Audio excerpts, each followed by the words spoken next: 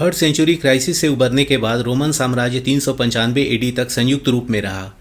8वीं सदी बीसी में स्थापित होने से लेकर चौथी सदी एडी के अंत तक के लगभग 1200 वर्षों के लंबे समयांतराल में आम लोगों का जीवन कैसा था, आइए जानें रोमन एम्पायर सीरीज के इस तीसरे वीडियो में। नमस्कार दोस्तों, मेरा नाम है अखिलानंद सिंह। अगर अब तक आपने इस सीरीज के पहले 2 वीडियो नहीं देखे हैं तो उन्हें अवश्य देख लें, जिनमें हमने रोमन साम्राज्य की स्थापना, Pax Romana, third century crisis और रोमन प्रशासन की बात की है। रोमन समाज एक विविधतापूर्ण समाज था जिसमें अलग अलग धर्मों, भाषाओं, संस्कृतियों और जन समूहों के लोग एक शासन व्यवस्था के अंतर्गत रहते हुए अपनी साझा पहचान रखते थे। सार्वजनिक स्थल जैसे कि फोरम, एम्फी थिएटर, स्टेडियम और सामूहिक स्नानागार सभी नागरिकों के लिए खुले थे। आम जनता या तो लिबेरी कही जाती थी या सर्वी। लिबेरी स्वतंत्र नागरिकों को कहा जाता था और गुलाम या स्लेव्स सर्वी कहे जाते थे। नागरिकों को कानूनी संरक्षण प्राप्त थे। समाज पैट्रिशियंस, प्लेबियंस, गुलाम जैसी श्रेणियों में विभाजित जरूर था, लेकिन ये सामाजिक श्रेणियां जीवन पर्यंत कायम नहीं रहती थीं। कुछ गुलाम दासता से मुक्त होकर अमीर भी बन जाते थे। लैंग्वेजेस। रोमन समाज कई भाषाएं बोलता था। वैसे तो पश्चिमी रोम की ऑफिशियल लैंग्वेज लैटिन और ईस्टर्न रोम की ऑफिशियल लैंग्वेज ग्रीक थी। साम्राज्य में और कई भाषाएं भी प्रयोग में लाई जाती थीं। ब्रिटेन के हिस्से में ब्रिटेनिक भाषा बोली जाती थी। स्पेन और उत्तरी सीमांत क्षेत्रों में केल्टिक और जर्मनिक भाषाएं बोली जाती थीं। इटली और उसके आसपास के भागों की भाषा लैटिन थी।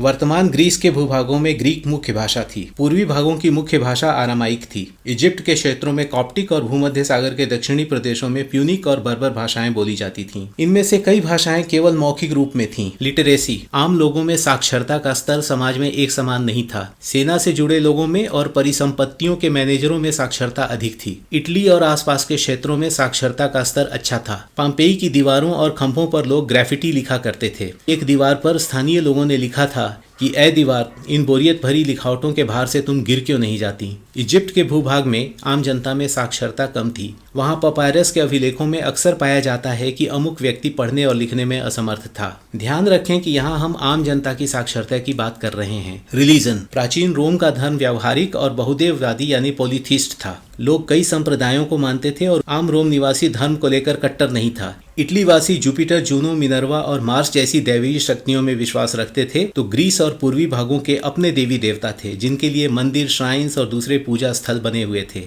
रोम वासियों में खास अवसर पर बलि की प्रथा भी थी। रोमन कैलेंडर में साल के लगभग 135 दिनों में कोई न कोई धार्मिक पर्व होता था। क्रिश्चियनिटी की शुरुआत पहली शताब्दी में हुई थी। चौथी शताब्दी में सम्राट कॉन्स्टेंटीन ने क्रिश्चियनिटी को ऑफिशियल रिलीजन घोषित कर दिया था। तीसरी चौथी सदी के बाद धार्मिक सहिष्णुता कम होने लगी थी और धार्मिक टकराव शुरू हो गए थे। 7वीं सदी में ईस्टर्न रोमन एम्पायर में इस्लाम का प्रवेश हुआ। वेस्टर्न रोमन एम्पायर इससे पहले ही 476 एडी में खत्म हो चुका था। Daily life and food. Rome शहर में अधिकांश लोग बहुमंजिली इमारतों में रहते थे जिनमें परिवारों के लिए अपार्टमेंट्स बने हुए थे। इन बहुमंजिली इमारतों में अक्सर आग लग जाने का खतरा बना रहता था। पेयजल, स्नान और टॉयलेट्स के लिए लोग सार्वजनिक सुविधाओं का उपयोग करते थे। ज्यादातर घरों में रसोई नहीं होती थी या खाना पकाने की अत्यंत सीमित सुविधाएं होती थी। सामान्य जन बना बनाया खाना सरायों, रेस्तरां और छोटे भोजन कक्षों से प्राप्त करते थे। प्लेबियंस के लिए सस्ते रेस्तरां होते थे। खाने का अधिकांश भाग रोटी, अनाज, दालों और मांस से पूरा होता था। अमीर घरों में रसोई कर्मचारी होते थे जो तरह तरह का खाना तैयार करते थे। स्वास्थ्य। अपनी तमाम अद्भुत उपलब्धियों के बावजूद शहरी रोमन जनसंख्या स्वच्छता और जल निकासी की समुचित व्यवस्था के अभाव में बीमारियों से जूझती रहती थी। इसमें शहरों में अत्यंत सघन जनसंख्या का होना भी एक बड़ा कारण था। महामारियां अक्सर हजारों लाखों जाने ले लेती थी। साम्राज्य की लगभग 20% जनसंख्या शहरों में रहती थी। शहरों में मृत्यु दर जन्म दर से अधिक होती थी, जिसके कारण ग्रामीण क्षेत्रों से लोगों का आव्रजन या माइग्रेशन निरंतर कायम रहता था। लोगों की औसत आयु लगभग 25 वर्षों की होती थी और आधे से अधिक शिशु वयस्क होने से पहले मर जाते थे। सड़कों और समुद्री मार्गों की व्यापकता के कारण संक्रामक बीमारियां आसानी से पूरे साम्राज्य में फैल जाती थीं। बीमारियों से अमीर वर्ग भी अछूता नहीं था। सम्राट मार्कस ऑरेलियस की 14 संतानों में से केवल 2 ही वयस्कता तक पहुंच सकी थीं। Roman clothing. आइए अब रोम वासियों की वेशभूषा के बारे में जानें। स्क्रीन के दाहिने हिस्से में सम्राट तिबेरियस को टोगा परिधान में देखा जा सकता है। टोगा कुलीन रोम वासियों के लिए राष्ट्रीय परिधान के समान था। सामान्य रोमवासी आरामदायक एवं सुविधाजनक पोशाक पहनते थे जिसे ट्यूनिक कहते थे। इसे स्त्री और पुरुष दोनों धारण करते थे। स्क्रीन के बाएं हिस्से में आप ट्यूनिक परिधान को देख सकते हैं। रोमवासियों के पास एक ऊनी परिधान भी होता था जिसे क्लोक कहते थे। अनौपचारिक परिधानों में मैंटल्स भी शामिल थे। Roman art. रोमन कला और शिल्प के कुछ उदाहरण स्क्रीन पर दर्शाए गए हैं। तरह तरह की कलाकृतियां विजय स्तंभों, मूर्तियों, भवनों, घरों की दीवारों, बर्तनों और आभूषणों पर बनाई जाती थीं। वर्कर्स। रोम में दो प्रकार के कामगार होते थे, भाड़े के मजदूर और गुलाम। गुलाम खरीदे या बेचे जा सकते थे। युद्ध बंदियों को भी गुलाम बना लिया जाता था। अत्यंत गरीब परिवारों के कुछ लोग कभी कभी स्वेच्छा से बंधुआ मजदूर बन जाते थे। रोम के शुरुआती दिनों में गुलाम श्रमिकों का प्रयोग व्यापक तौर पर किया जाता था। बाद में भाड़े के मजदूरों का चलन बढ़ गया था, क्योंकि गुलाम श्रमिकों को रखने के लिए उन्हें भोजन देना पड़ता था और उनके अन्य खर्चे भी उठाने पड़ते थे। इस बात का प्रमाण इससे भी मिलता है कि 5वीं सदी में सम्राट एनेस्टेसियस ने दारा शहर का निर्माण भाड़े के मजदूरों से करवाया था। स्लेव्स। रिपब्लिकन पीरियड में ज्यादातर श्रमिक गुलाम होते थे। सम्राट ऑगस्टस के समय में इटली की जनसंख्या का 40% गुलाम थे। ज्यादातर गुलाम अकुशल मजदूरों की तरह काम करते थे। गुलामों के पैरों में जंजीर बांध दी जाती थी। कुछ गुलाम ग्लैडिएटर्स का काम भी करते थे, जो लोगों के मनोरंजन के लिए जंगली पशुओं या दूसरे ग्लैडिएटर्स के साथ लड़ते थे। विजेता ग्लैडिएटर को दास्ता से मुक्ति मिलती थी। पराजित ग्लैडिएटर को अपनी जान भी गंवानी पड़ सकती थी। गुलामों को मालिकों की संपत्ति समझा जाता था। उनके कोई कानूनी अधिकार नहीं होते थे। यदि मालिक चाहे तो गुलामों को मुक्त कर सकते थे। कभी कभी गुलाम बावर्ची, लिपिक या शिक्षक का काम भी करते थे, यदि उनमें ऐसी प्रतिभा होती थी और उनके मालिकों को यह मंजूर होता था। 3री-4वीं शताब्दी में गुलामों को सीमित कानूनी अधिकार दिए जाने लगे थे, जिनमें शामिल थे अपने मालिक की शिकायत करने के अधिकार। गुलाम के बच्चे भी गुलाम होते थे। गुलामों के प्रति अमीर वर्ग का व्यवहार अच्छा नहीं होता था, परंतु सामान्य जन उनसे सहानुभूति रखते थे। गुलामों से जुड़ा एक रोचक किस्सा यह है कि एक सेनेटर की हत्या उसके एक गुलाम ने कर दी थी। तत्कालीन कानून के हिसाब से उस घर में रहने वाले हर गुलाम को मार दिया जाना था। जब फांसी के लिए गुलामों को ले जाया जाने लगा तो जलती मशालें और पत्थर लेकर भीड़ आ गई और उसने फांसी रोकने की कोशिश की।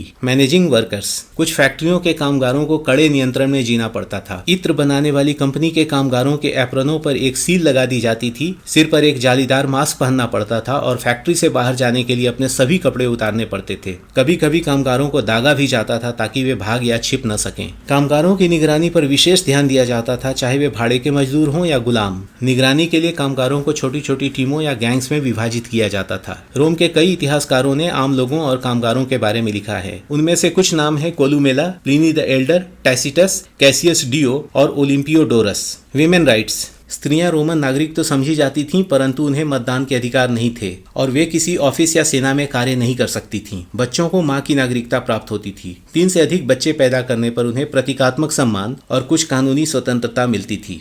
स्त्रियों का पैतृक संपत्ति पर अधिकार होता था और वे अपना पैतृक नाम आजीवन रख सकती थीं।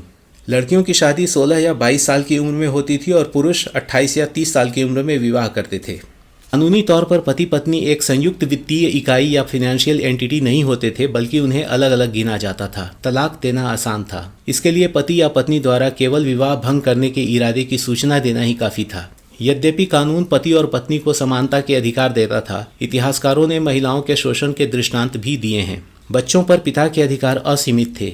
एक पिता अपने अवांछित शिशुओं को मारने के लिए उन्हें ठंड में छोड़ सकता था। दुनिया भर के देशों के कानून प्रत्यक्ष या अप्रत्यक्ष रूप से रोमन कानून से प्रभावित हैं। रोमन रिपब्लिक ने 12 टैबलेट्स ऑफ लॉ बनाए थे, जिन्हें आप स्क्रीन पर देख सकते हैं।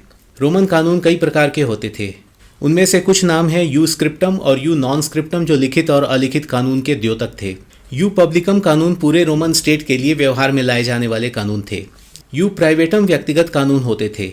हालांकि रोमन सत्ता ऑथोरिटेरियन थी, वहाँ के कानून इस पर कुछ अंकुश लगाने में सक्षम थे।